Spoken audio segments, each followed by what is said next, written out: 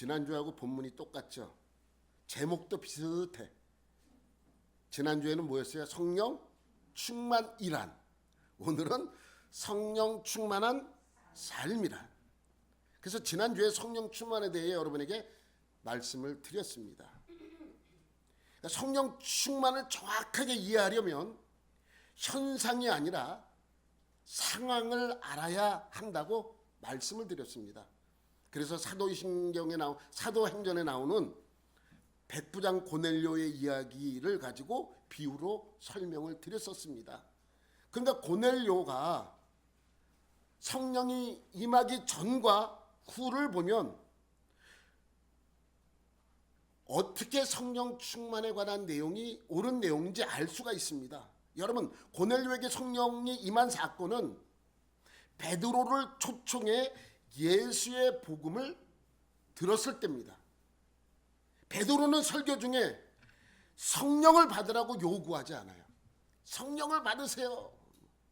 불러 이렇게 기도하지 않았어요. 그런데 예수의 복음만을 전했습니다. 예수의 복음만을 전했더니 듣는 순간에 성령이 임한 것입니다. 여러분, 사도행전은 어떠한 하나님의 말씀을 전한 것 이런 게 아니라 있었던 이야기를 그대로 옮긴 거예요. 역사서예요, 역사서. 그렇기 때문에 그때 일어난 현상과 상황을 정확하게 설명하고 있는 것이죠. 여러분, 성령의 임재는 구약시대에도 있었습니다. 그러나 구약시대에 임한 성령의 모습과 신약시대에 임한 성령의 모습은 다릅니다. 구약시대는 성령이 임했다가 사역을 마치면 어떻게 했다고요? 떠나셨습니다. 돌아가셨습니다. 그러니 구약시대에는 성령님이 왔다리 갔다리 하셨어요. 그런데 이제 신약시대에 임재하시는 성령님은 좀 다릅니다. 우리에게 한번 임하시면 영원히 떠나지 않는다라고 우리에게 말씀하고 있습니다. 근데 떠나는 경우도 있어요. 언제 떠나요? 성령을 모독하거나 성령을 회방할 때 떠난다라고 성경은 기록하고 있습니다. 성령님이 우리 안에 거하시는 이유는 무엇입니까? 성령님이 영원히 떠나지 않는 이유는 무엇입니까? 지난주 기억하세요? 떠나지 않는 이유에 대해서 여러분에게 제가 말씀을 드렸었습니다. 에베소서 1장 13절 14절에 나오는 말씀이죠. 시작. 그 안에서 너희도 진리의 말씀 곧 너희의 구원의 복음을 듣고 그 안에서 또한 믿어 약속의 성령으로 인치심을 받았으니 이는 우리 기업의 보증이 되사 그 얻으신 것을 속량하시고 그의 영광을 찬송하게 하려 하심이라. 우리가 예수를 믿으면 약속으로 성령으로 인치신대요.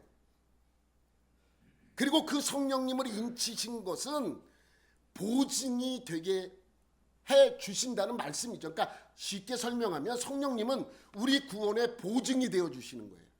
우리 안에 계시는 성령님이 구원의 보증이 되어 주시는 거예요. 좀 비유가 좀 맞을는지 모르겠지만 제가 갈보리 교회 있을 때 이제 외부 건설하는 분들한테 외주를 주잖아요. 근데 이제 무슨 사건이 있었냐면 그들이 와서 공사를 하다가 어떤 분이 다쳤어요.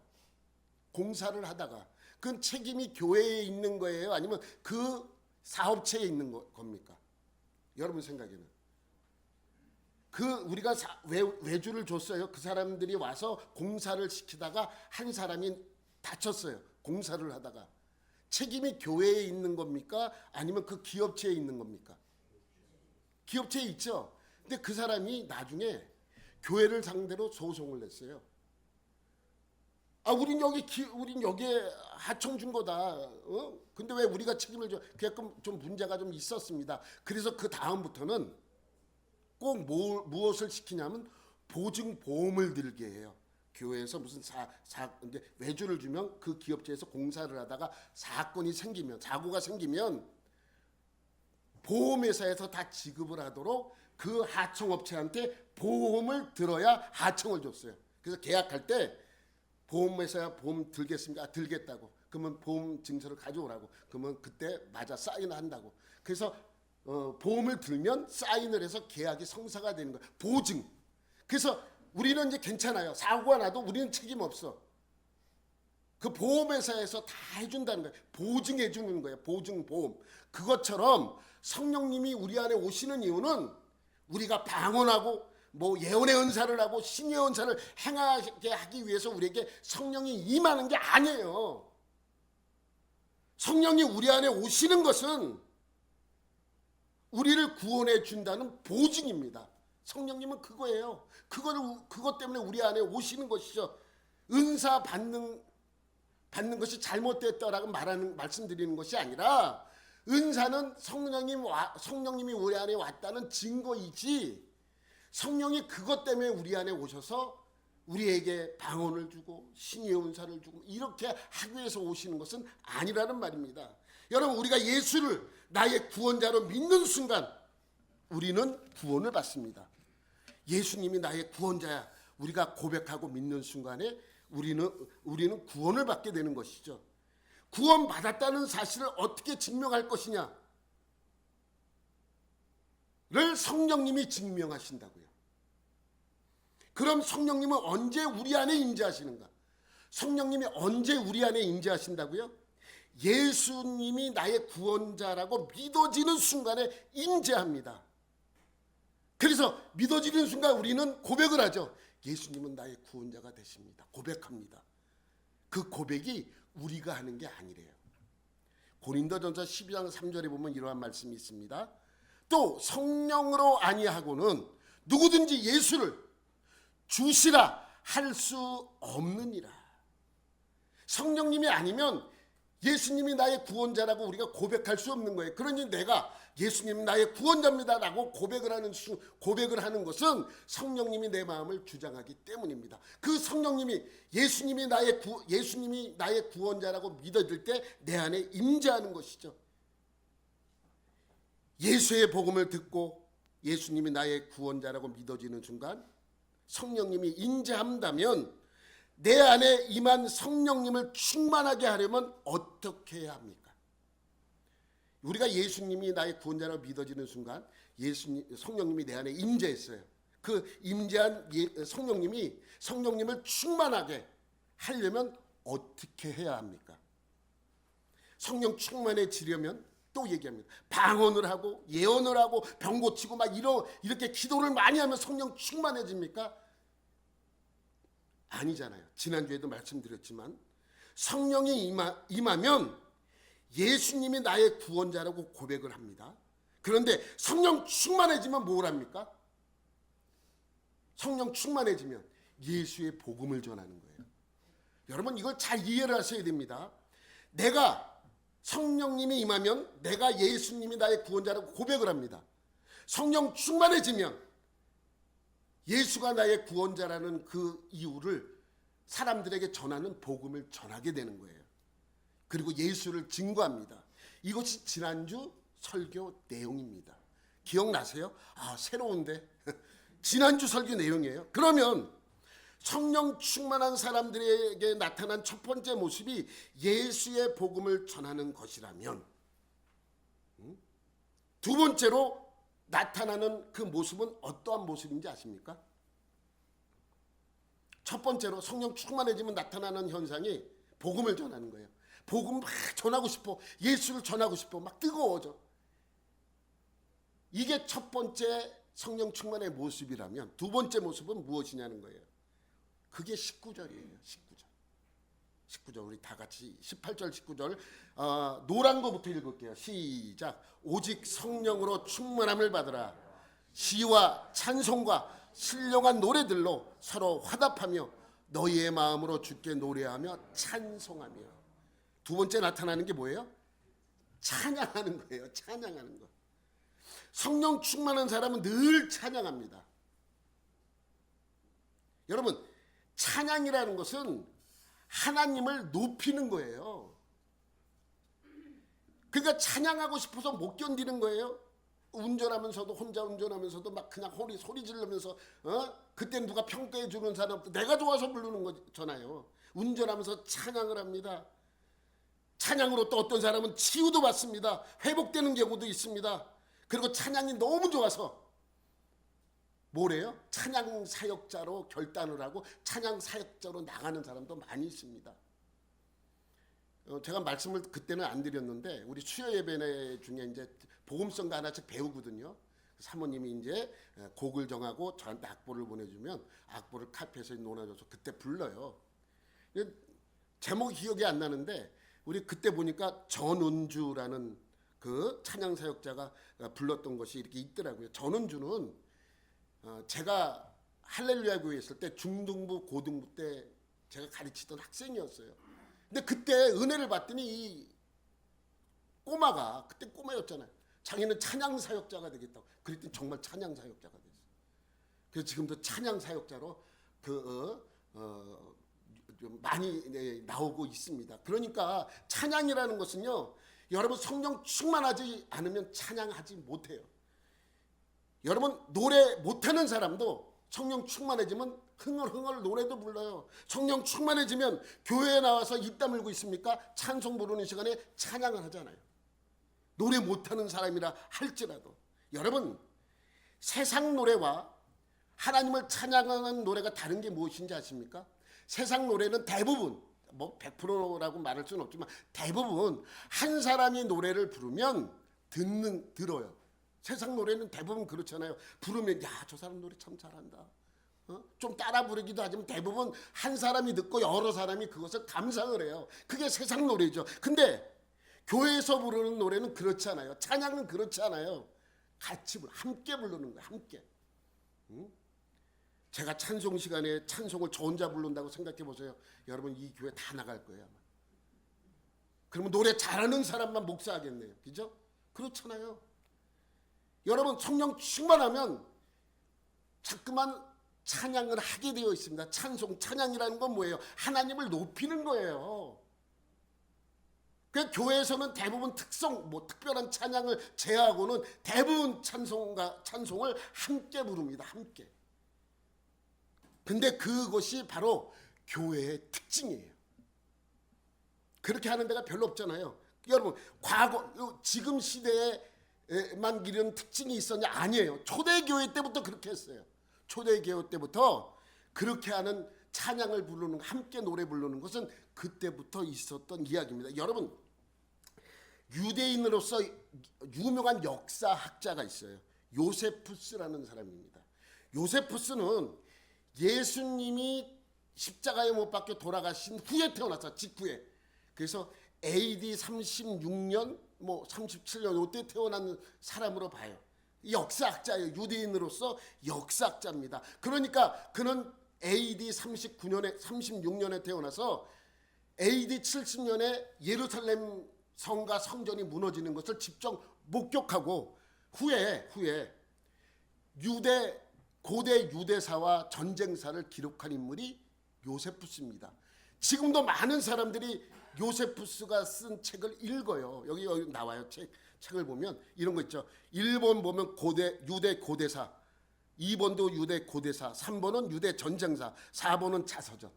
이러한 내용으로 구성된, 저도 갖고 있어요. 여러분 이 책을 읽어보면 그때 많은 상황들이 기록을 했는데 이때 이렇게 기록한 내용들이 나옵니다.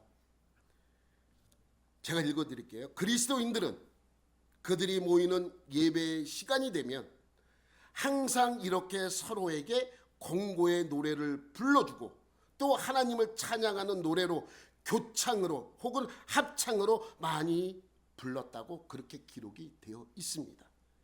또 AD 110년경에 그때는 한창 기독교를 박해할 때예요. 비투니아의 행정장관이었던 플린이라는 사람이 있었습니다. 그 사람이 당시 황제였던 트라이안 황제, 기독교를 박해했던 그 황제예요. 트라이안 황제에게 편지를 써서 기록에 남아있는 내용인데 거기에 보면 이렇게 기록이 되어 있습니다. 그리스도인들은 심지어 동트기 전에도 서로 모여서 성가를 교창했다. 그러니까 새벽 예배는 대한민국에서만 드리는 예배가 아니었어요. 초대교회 때는 새벽부터 모여서 하나님께 먼저 찬양으로 시작을 했다는 것이 기록에 남아 있는 것입니다. 교창이 뭐예요? 교창. 이 사람이 부르고 나면 저 사람이 부르고, 또 저 사람이 부르면 요 사람이 부르고, 이쪽 사람이 부르면 저쪽 사람도 부르고, 또 따라 부르기도 하는 그러한 것이 교창입니다. 한 사람이 부르면 나머지 사람이 또 따라 부르고, 뭐 이런 것이 교창이에요. 선창하고 후창하는 그러한 내용들. 그러니까 성령 충만한 사람들은 오늘 본문에서 말씀한 것과 같이 시와 찬송과 신령한 노래로 서로 찬양하는 거예요. 그러면 이 찬양은 신약 시대에 나타난 특별한 현상들인가? 아닙니다. 구약 시대에도 찬양으로 예배드린 내용은 성경에 많이 나옵니다. 여러분, 다윗이 성령 충만하여 찬양시를 씁니다. 그리고 그것으로 하나님께 찬양을 드렸습니다. 여러분, 아까 말씀드렸죠. 구약 때는 성령님이 어떻게 했다고요? 왔다리 갔다리, 왔다리 갔다리, 계속 그렇게 하셨다고 성경은 그렇게 기록하고 있죠. 그래서 한번 오셨던 그 성령님은 떠나가지 말라고 간절히 요청하는 다윗의 시가 있습니다. 시편 51편 10절 11절 말씀해 보면, 하나님이여 내 속에 정한 마음을 창조하시고 내 안에 정직한 영을 새롭게 하소서. 나를 주 앞에서 쫓아내지 마시며 주의 성령을 내게서 거두지 마소서. 여러분, 시편이 1편부터 150편까지 있어요. 아주 많은 장을 할애한 그 책이 바로 시편입니다. 시편 150편의 시 중에 몇 편을 다윗이 쓴지 여러분 아십니까? 73편, 73편. 그러니까 거의 절반 가까이를 다윗이 쓴 거예요. 다윗이 이러한 시를 많이 쓴 이유는 다윗이 시적으로 뛰어난 그러한 사람이기도 하고, 또 하나님께 늘 찬양하는 사람이기도 하기 때문에 그렇지만, 이유가, 특별한 이유가 또 있습니다. 제가 몇 번 여러분에게 말씀을 드렸어요. 여러분, 이스라엘 백성들은 하나님에 의해서 출애굽했습니다. 그리고 시내 광야에 모였어요. 그때 하나님께서는 그들에게 십계명을 주고 성막도 주고 또 그 안에 언약궤를 두게 했습니다. 그러면서 성막을 만들고 언약궤를 그 안에 둔 이유는 뭐예요?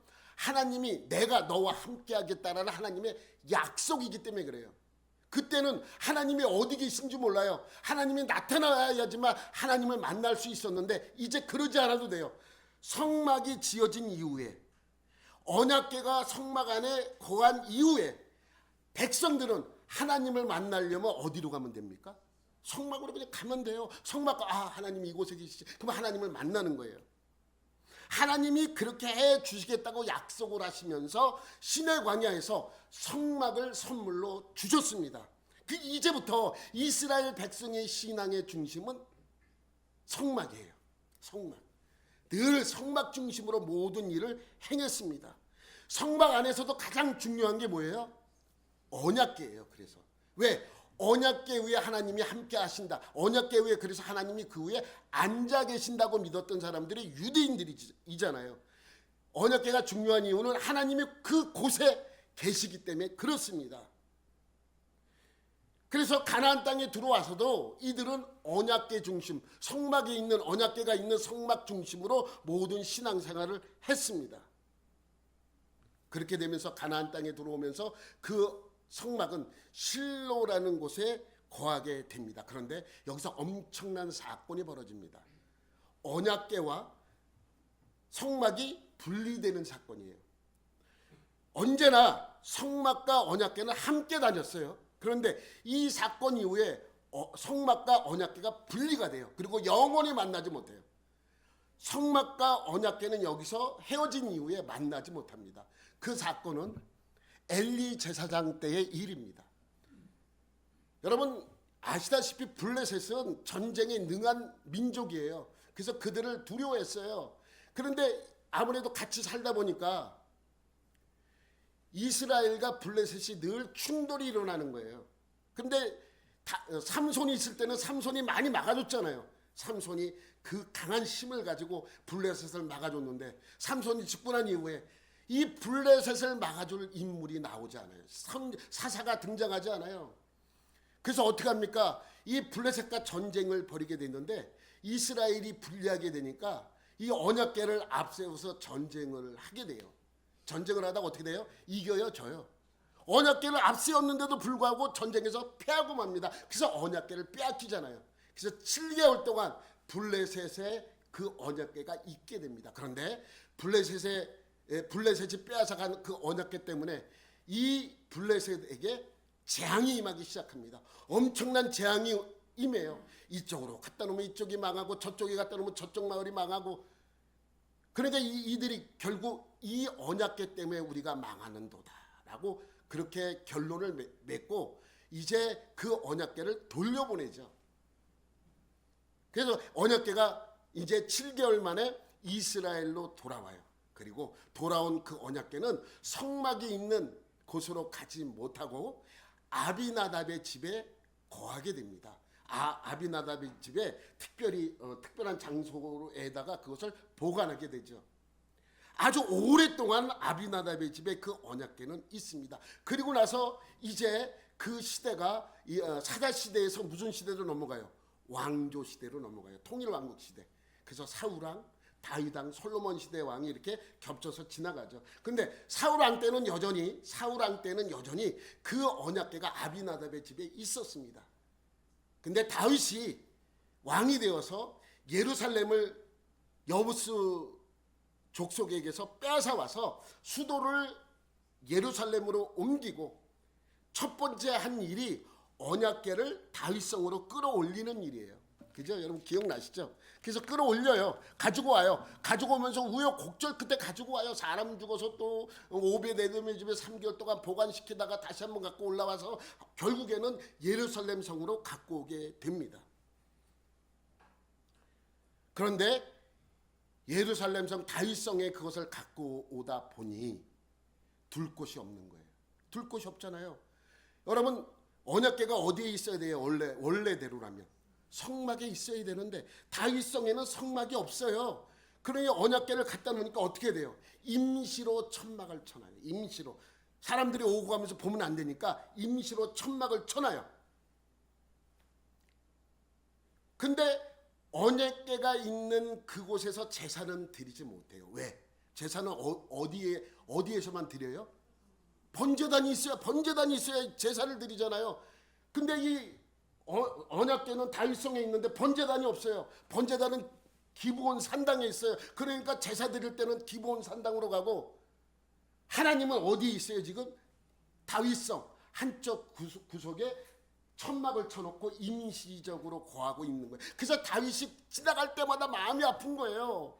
아니 우리는 이렇게 천장에 있는 집에서 살아가는데 하나님은 여전히 천막 안에, 임시 천막 안에 저렇게 거하는 거 보니까 너무 마음이 아파요. 그래서 하나님께 내가 성전을 짓겠습니다. 내가 하나님이 계실 그 성전을 짓고 싶습니다. 하나님이 거절하는 거예요. 계속 거절하죠. 마지막에 또 요청을 합니다. 하나님, 난 정말 하나님이 이렇게 있는 거 난 볼 수가 없습니다. 하나님 내 손으로 성전을 짓게 해주십시오. 하나님께서 그때는 짓지 못하는 이유를 설명해 줘요.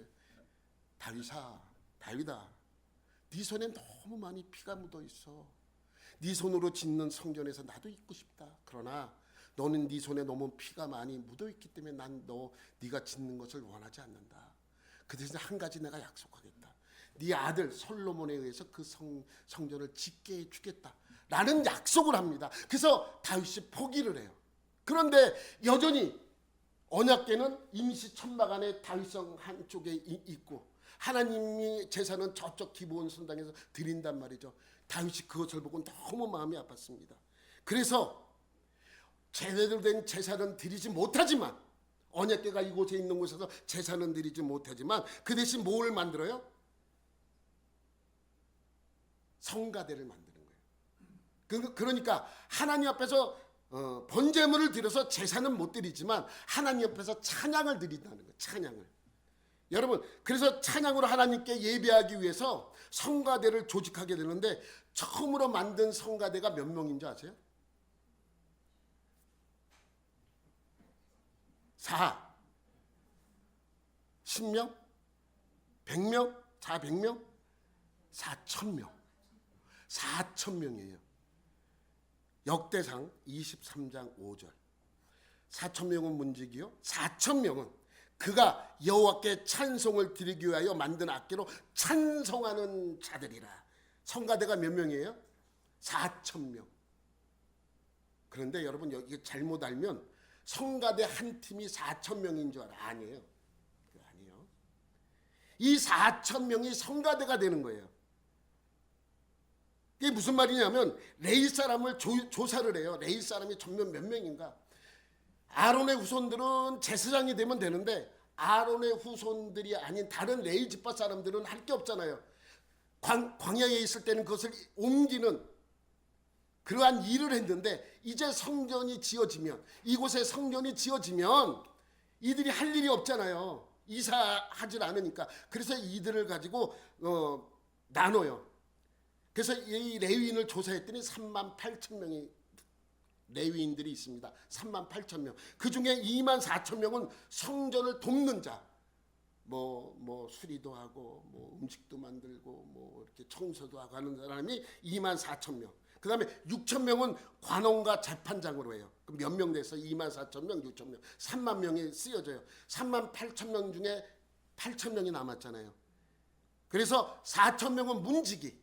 우리 문지기 그러니까 좀 경비 뭐 이런 생각이 아니에요. 문지기라는 것은 성전을 지키는 병사들이에요. 병사들. 그래서 예수님을 잡으러 간 사람도 문지기들이 잡으러 가는 거예요. 예수님이 겟세마네 동산에서 기도할 때 잡으러 로마 병정들이 잡으러 가는 게 아니에요. 문지기들이 잡으러 가는 거예요. 문지기들이 대제사장의 명령에 따라서 예수님을 잡으러 겟세마네 동산에 가는 것이죠. 그리고 나머지 4,000명은 성가대예요. 자, 여기서 우리가 하나 알아야 될 것은 그러면 4,000명이 전부 성가대지만 한 팀이 아니에요. 여러분 4,000명의 성가대에 책임자를 3명을 둬요. 3명은 유명한 사람입니다. 성경에서도 시편도 직접 쓴 사람도 있고 할 정도로 아주 찬양과 시에 능한 사람이죠. 그 3명을 대표로 세우게 됩니다. 그 3명은 아삭과 헤만과 여두둔이에요. 역대상 25장 1절 말씀. 다윗의 군대 지휘관들과 더불어 아삽과 헤만과 여두둔의 자손 중에서 구별하여 섬기게 하되 수금과 비파와 재금을 잡아 신령한 노래를 하게 하였으니. 그러니까 아삽과 헤만과 여두둔이 중심이 돼서 그 후손들을 성가대를 세우는 것이죠. 그런데 여기서 우리가 한 가지 알아둬야 될 것은 뭐냐면 3명이 중심이 되어서 팀을 만들어요.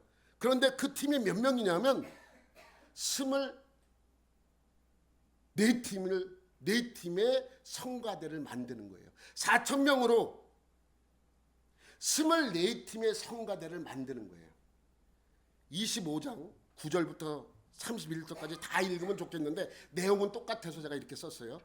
9절에 보면 첫째로 제비 뽑힌 자는 아삽의 아들 중 요셉이요, 둘째는 그달리아이니 그와 그의 형제들과 아들들 12명이요. 셋째는 그의 형제들과 아들들 12명이요. 넷째는 12명이요. 다섯째. 그러면서 어디까지 내려가요?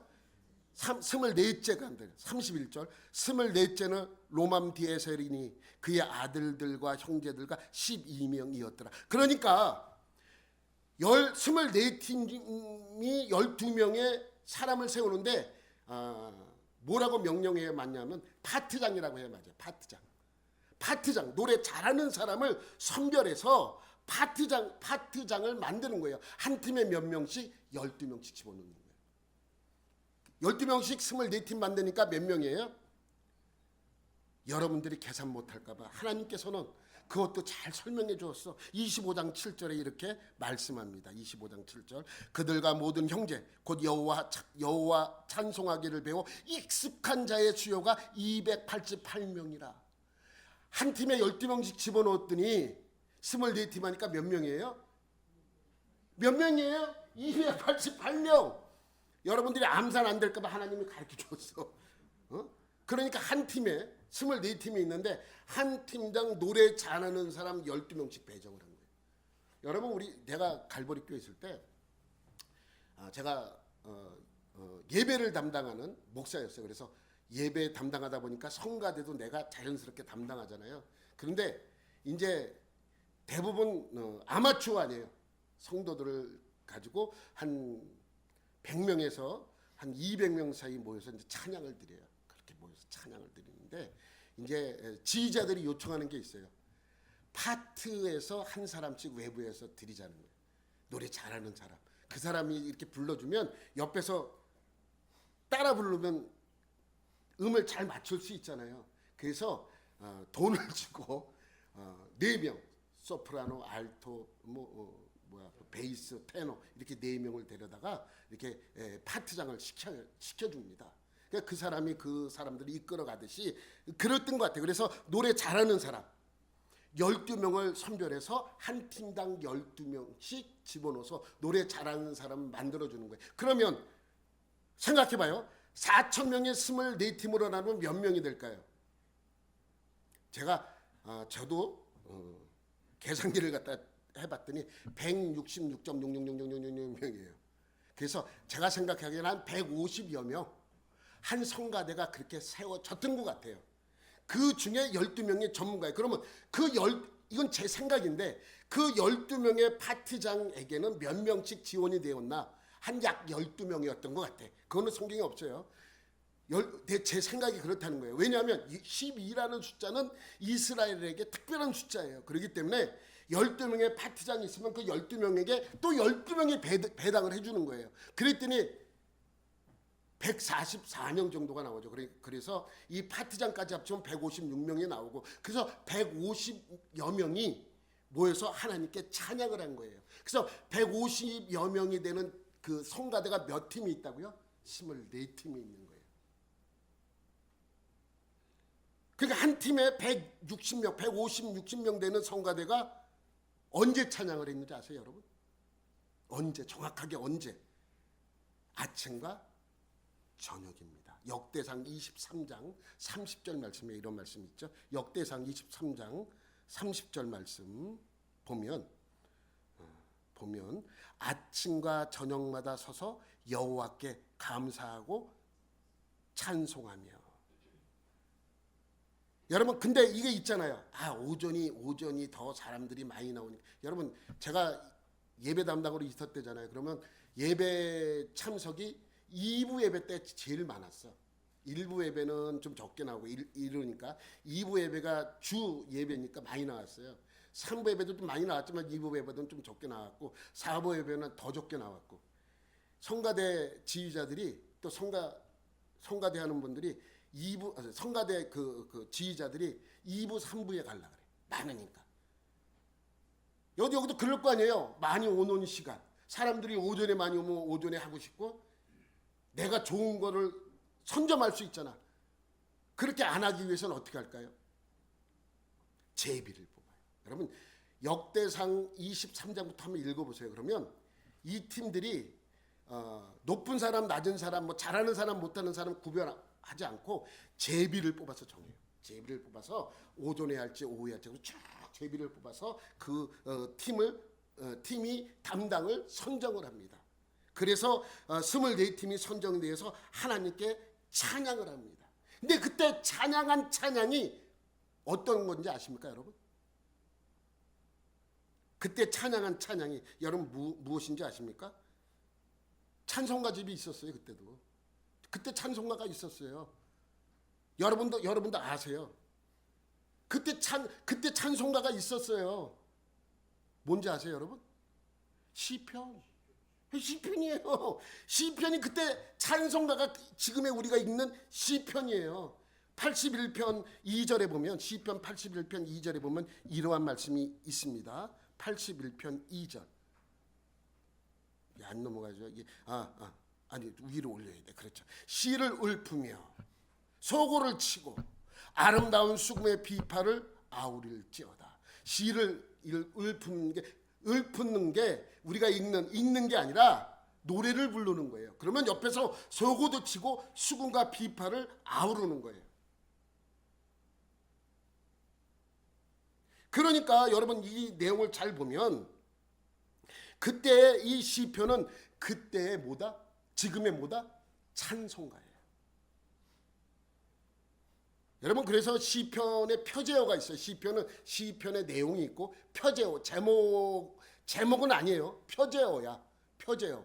그 시편이 언제 부르는가, 언제 작성이 되는가, 이런 내용들이 있는 것이 있어요. 그러면 대부분 보면 이런 거 많이 보셨을 거예요. 다윗의 시, 인도자를 따라 부르는 노래, 그죠? 다윗의 시, 인도자를 따라 부르는 노래. 근데 다윗만 쓴 것이 아니에요. 다른 사람도 썼어요. 아삽의 시, 고라자손의 시, 인도자를 따라 부르는 노래. 인도자를 따라 뭐 외우는 시 이렇게 쓰지 않고 부르는 노래라고 분명하게 기록이 되어 있죠. 또 특이한 내용들이 있습니다. 뭐냐면 넘기면 다윗의 시인데 다윗이 그냥 부르는 게 아니라 현악과 관악에 맞춘, 현악은 현이 있는 악기죠. 관악은 관이 있는 악기예요. 여러분 현악에, 여러분 이 마지막 줄 보면 인도자를 따라 현악 8째 줄에 맞춘 노래.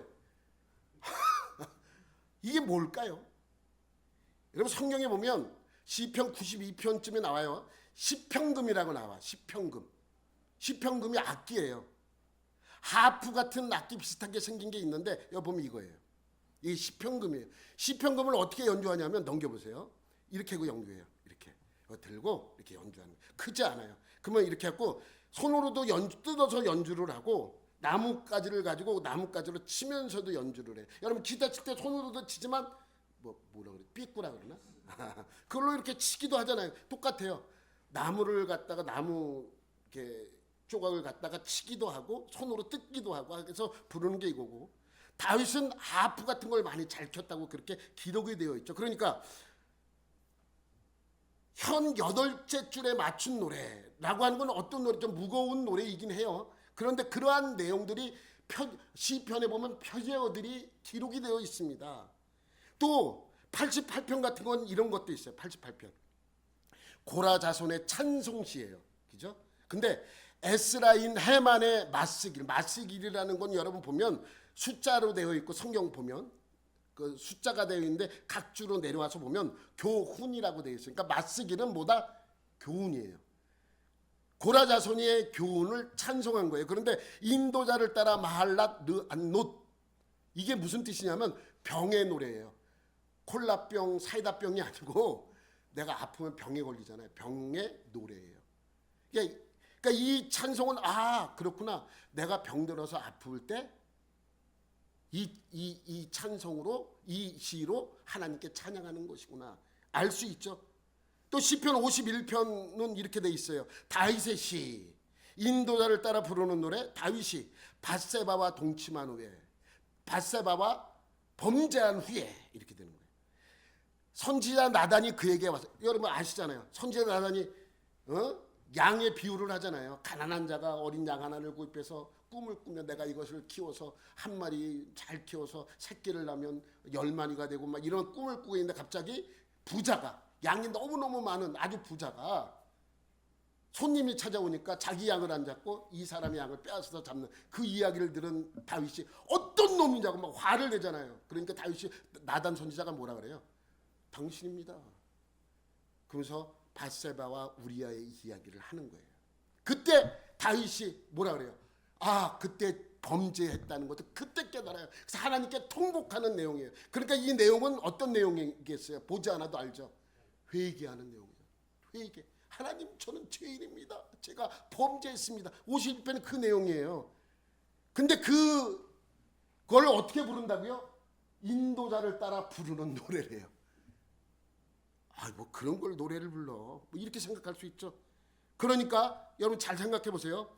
이 시편의 내용은 기쁠 때 부르는 시도 있을 거고, 기쁠 때, 감사할 때, 슬플 때, 어려운 일이 있을 때마다 이것을 불렀습니다.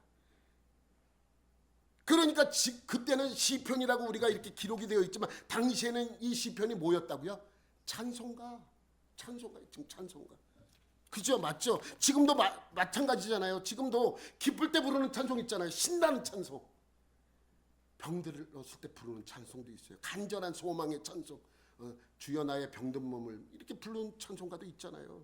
아플 때 회복을 원하는 찬송도 있고, 죄를 고백하는 죄에 대한 주님의 보혈의 찬송도 있습니다. 또 감사의 찬송도 있습니다. 여러분, 찬송은요, 그렇기 때문에 찬송은 예배의 한 부분이자 곧 예배입니다. 찬송은요, 그냥 노래 이게 아니라, 예배는 우리가 하나님께 드리는 예배의 한 부분이자 곧 예배인 것입니다. 지금도 예배 시간에 찬송을 부르고 있지 않습니까? 그래서 오늘 본문 18절에 성령 충만함을 받으라 이렇게 설명하고, 19절에 뭐라고 설명합니까? 시와 찬송과 신령한 노래들로 서로 화답하며 너의 마음으로 주께 노래하며 찬송하며. 성령 충만하면 뭐 한다고요? 찬송이 나오게 되어 있고 예배를 드리게 되어 있습니다. 그래서 그것을 설명하는 거예요. 그래서 오늘 아까 불른 70장 찬송도 46편의 시로 쓴 것이고, 아까 불렀던 569장도 23편의 시가 모티브로 돼서 쓴 찬양이고, 이따가 불를 찬송은 79장 찬송은 8편의 시로 쓴. 그래서 지금도 시편을 가지고 찬송을 악보를 붙여서 찬양하고 있는 것이죠. 여러분, 찬양도 예배이기 때문에 찬양 자체에도 힘이 있는 거예요. 여러분, 찬양 부르면 힘이 날 때가 있지 않습니까? 그래서 찬양을 부르면 성령 충만해지는 것이죠. 예? 불러 이래서 성령 충만해지는 것이 아니라, 예수의 복음과 하나님께 찬양을 할 때 우리 안에 성령 충만해지는 것을 느낄 수가 있는 것이죠. 저는 지난 수요일 날 영화를 봤어요. 신의 악단이라고. 우리 성도들 수요 예배 나오시는 분, 신의 악단. 이게 좀 그림이 좀 이상한데, 2개지로 돼 있대 또 넘기면 거기에 이제 참여한 사람들의 이제 얼굴들이 나오죠. 영화를 보러 가죠, 수요일 날. 그래서 뭘 그런 거 속으로 뭐 영화를 보나, 뭐 신의 악단이래. 그래서 하루 종일 저는 연주하는 내용인 줄 알았어.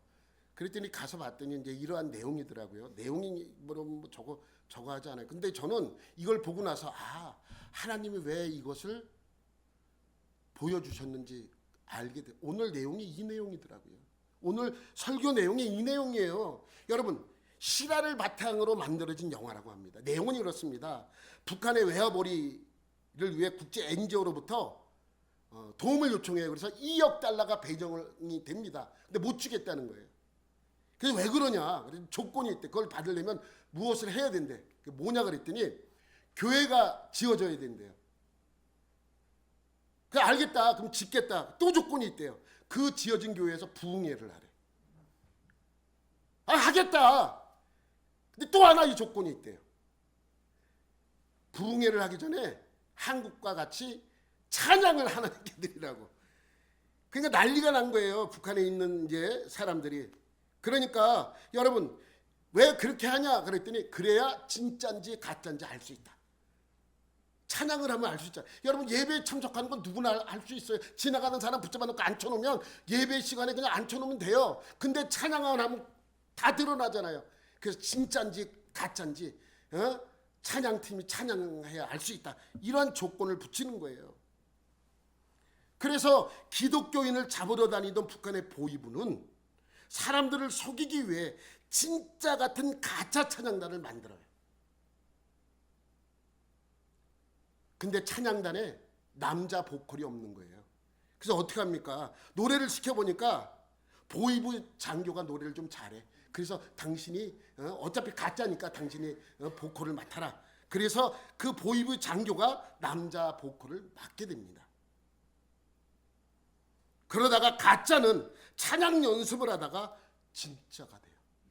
가짜가 진짜가 된 거예요. 찬양을 하다 보니까. 그러니까 남을 속이기 위해 찬양팀에 들어간 보위부 장교는 복음성가와 찬양을 부르다 보니까 어떻게 된 거예요? 변화받은 거예요. 그리고 마지막 장면을 보면 이 사람이 그것이 이 악단들이 정말 그리스도인인 것이 발각이 돼요. 그래서 죽게 된 상황에 처해요. 찬양팀이 찬양을 하고 나오면 그 사람들을 데려다 다 죽이라고 명령이 떨어집니다. 그러면 이 보이부 장교는 두려움에 쌓인 거야. 우리 나랑 같이 연습하던 저 사람들이 죽음을 차마 볼 수가 없는 거예요. 그래서 어떻게 합니까? 빼돌려요. 찬양하기 전에 빼돌려. 그리고 혼자 그곳에 차를 몰고 갑니다. 그래서 어떻게 합니까? 그들은 살렸지만 자기는 죽어야 돼요. 그래서 죽음의 길을 걸어가면서 뭐라 그래요? 마지막에 그 보이부 장교가 죽으러 가면서 맨발로 그 눈 위를 걸으면서 이렇게 말합니다. 하나님, 나 잘한 거 맞지요? 이게 성령 충만입니다. 이게 여러분, 성령 충만이라는 것은 어려운 것이 아닙니다. 이런 상황 속에서 성령 충만함이 이러한 모습으로 나타나는 것이죠. 불받아라, 불러. 이것이 성령 충만이 아니라 하나님 앞에서 우리가 얼마나 하나님의 모습이 원하는 모습으로 살아가는가가 하나님이 우리에게 원하는 성령 충만의 모습이죠. 여러분, 그래서 성령 충만하면 뭐가 나오는 거예요? 찬송과 찬양이 나오는 것입니다.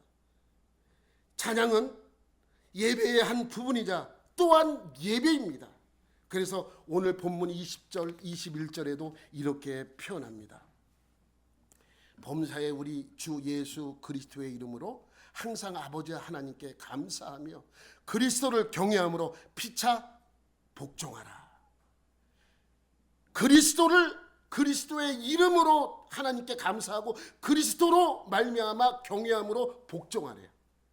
항상 뭐가 중심이에요? 예수님이 중심이에요.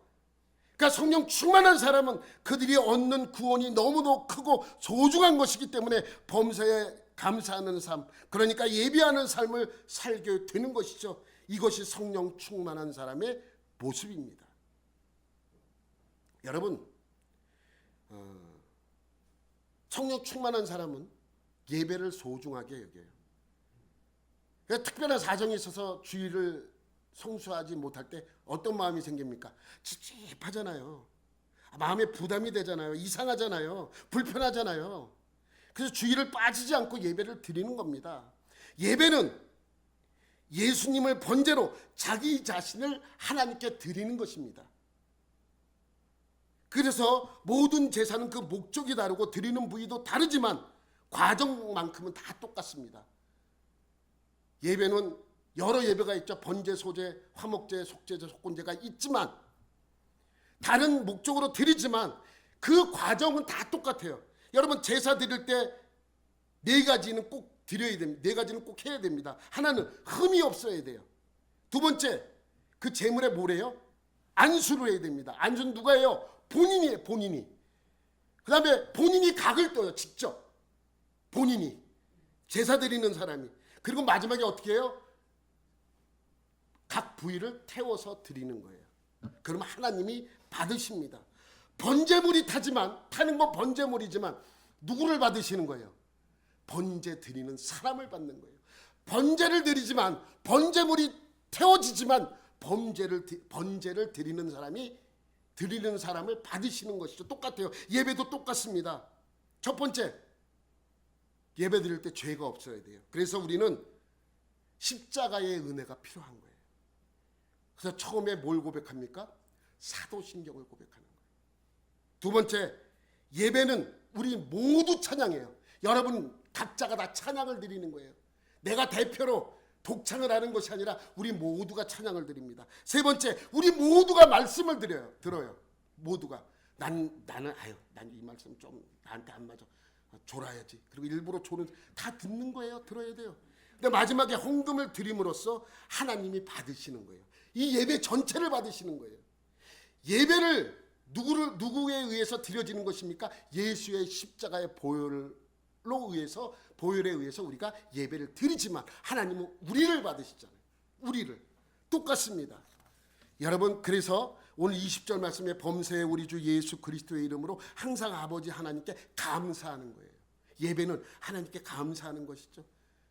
그리고 21절에 뭐라고 말씀한다고요? 그리스도를 경외함으로 피차 복종하라. 하나님을 경외하고 그리스도를 경외해야지만 복종하는 삶을 살 수 있습니다. 여러분, 경외라는 것은 헬라어로 포보스라고 합니다. 포보스라고 하는데 이것은 또 다른 뜻이 두려움이라는 뜻이 있어요. 두려움. 여러분, 우리가 믿는 하나님이 천지를 창조하신 분이잖아요. 알고 있잖아요. 너무나 크신 분이기 때문에 감히 하나님을 쳐다볼 수도 없습니다. 왜 그렇습니까? 그분이 경외스러웠기 때문에 두렵기 때문에 그렇습니다. 그때에 쓰는 단어가 포버스라는 단어입니다. 그분은 두려운 분입니다. 무서워서 공포심에 두려운 것이 아니라 너무 높으신 분이기 때문에 두렵다는 것입니다. 그래서 정말로 하나님을 아는 사람들은 그분이 시키는 것을 두려운 마음으로 행한다는 뜻입니다. 그래서 우리는 그 하나님을 두려워하기 때문에 그 하나님을 경외, 포버스 하기 때문에 우리는 막 살 수 없습니다. 그래서 우리는 피차 복종할 수밖에 없는 것이죠. 우리는 그분을 경외함으로 피차 복종할 수 있는 것입니다. 여러분, 성령 충만한 삶이 무엇입니까? 예수 그리스도의 은혜를 생각하며 하나님께 찬양하는 삶, 예배하는 삶입니다. 우리는 성령 충만해지면 자꾸만 현상, 그때 나타나는 현상에만 온 신경을 씁니다. 아닙니다. 성령 충만은 뭐라고요? 현상이 아니라 상황입니다. 내가 어떠한 삶을 살아내는가? 오늘 우리에게 주신 하나님의 말씀을 두려운 마음으로 복종하여 성령 충만한 여러분들이 되시기를 예수님의 이름으로 축원합니다. 하나님 아버지 감사합니다. 우리 이 말씀을 바라봅니다. 우리가 언제나 성령 충만한 삶을 사람으로 하나님을 온전히 따라가며 하나님을 두려워하며 살아가는 하나님의 자녀들이 되게 하여 주옵소서. 모든 것 감사드리며 예수님의 이름으로 기도드립니다. 아멘.